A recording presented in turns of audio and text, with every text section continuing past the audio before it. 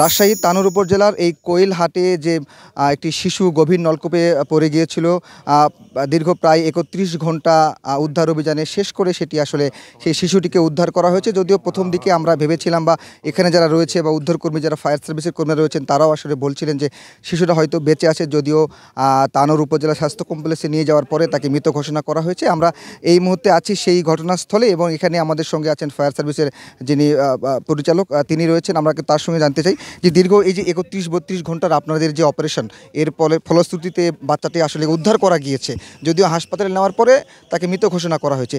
এই মানে এই যে এত লম্বা সময় ধরে আপনারা উদ্ধার অভিযান চালালেন, এই বিষয়টি আপনাকে জানতে চাই। আসলে বিষয়টা আমাদের যে কোনো উদ্ধার অভিযানই আসলে বিভিন্ন সিস্টেমেটিক আছে, কিন্তু এই ধরনের ছোট্ট পাইপের মধ্যে ৮ ইঞ্চি মানে অথবা ৬ ইঞ্চি ব্যাসের মধ্যে একটা বাচ্চা পড়ে যাওয়া, এটাকে উদ্ধার করা, এটা কখনোই কোনো সিস্টেমেটিক প্রক্রিয়া না।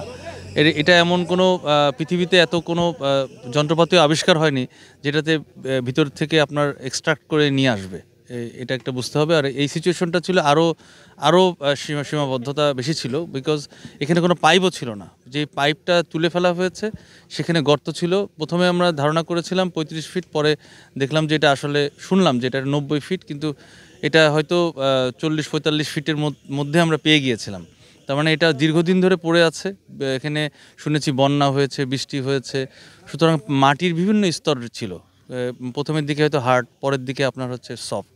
এবং আমরা যখন বাচ্চাটাকে প্রথম হাত পাই, তারপরে মাথা এবং ওই অবস্থাতেই ছিল সে।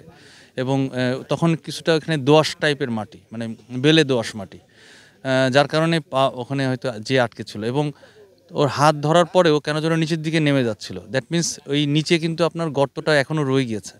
তাই আমি একই সাথে বলবো যে যত এরকম ধরনের গর্ত রয়েছে এটা দ্রুত ফিল আপ করা উচিত, এবং এখানে কমিউনিটি ভলেন্টিয়ার অথবা চেয়ারম্যান মেম্বার ওনাদের মাধ্যমে এই যতগুলো গর্ত রয়েছে দ্রুত এটা বন্ধ করতে হবে। তো যাই হোক, এটা একটা অপারেশন যেটা সম্পূর্ণ ইন্ডিজিনিয়াস পদ্ধতিতে করা হয়।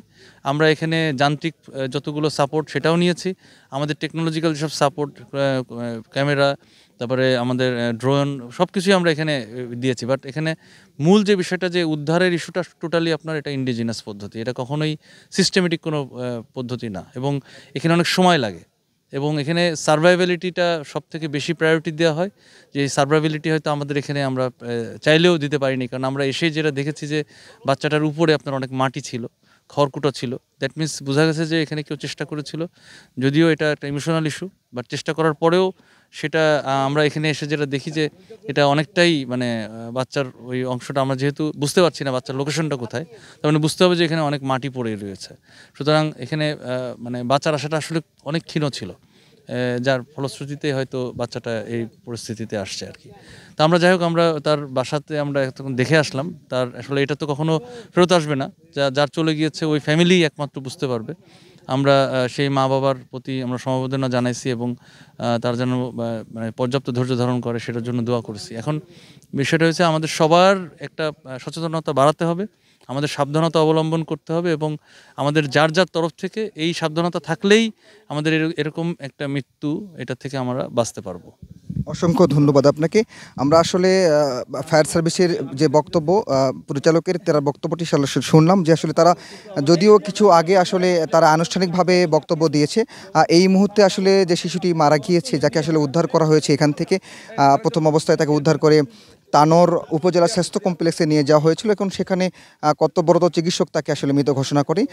এর আর কিছুক্ষণ বাদেই হয়তো সেই মরদেহটি যে আইনি প্রক্রিয়া রয়েছে হাসপাতালের, সেটি শেষ করে আসলে এই বাড়িতে আসবেন, এবং আমরা সেটি আসলে আপনার দেখাবো। এই মুহূর্তে আসলে কথা বলতে চাই এখানকার স্থানীয় একজন, আপনার সঙ্গে কথা বলতে চাই। আপনার আসলে সম্পর্কে কে হয় যিনি মারা গিয়েছেন, এবং এই যে দীর্ঘ সময়ের পরে আসলে মৃত অবস্থায় পেলেন, আসলে এই মুহূর্তে আসলে অনুভূতিটা কি সেটা একটু জানতে চাই আপনার কাছে।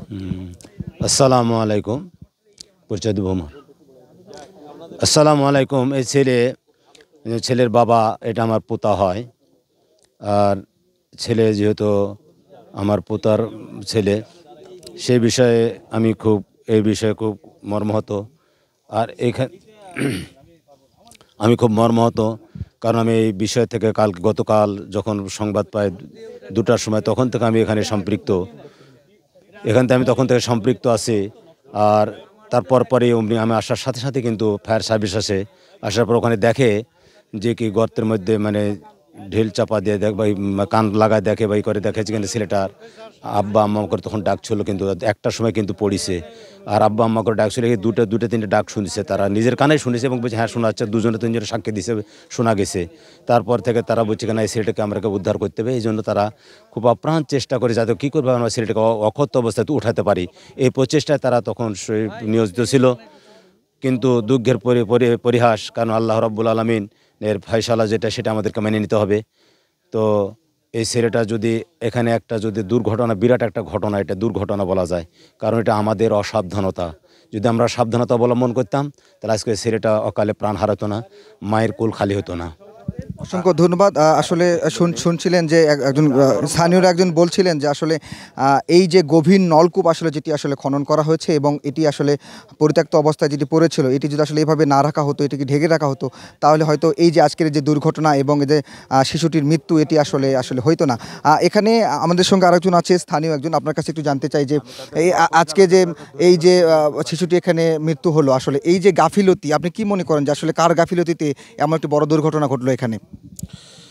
আমার মনে হয়েছে যে গাফিলতিটা মূলত যিনি এই বোরিংটা প্রথম করেন এই তিনারই গাফিলতি। তিনি যেহেতু যদি পূর্ণভাবে পাথর বা বালি দিয়ে ভরাট করে দিতেন তাহলে আজকের এই পরিস্থিতি ঘটতো না।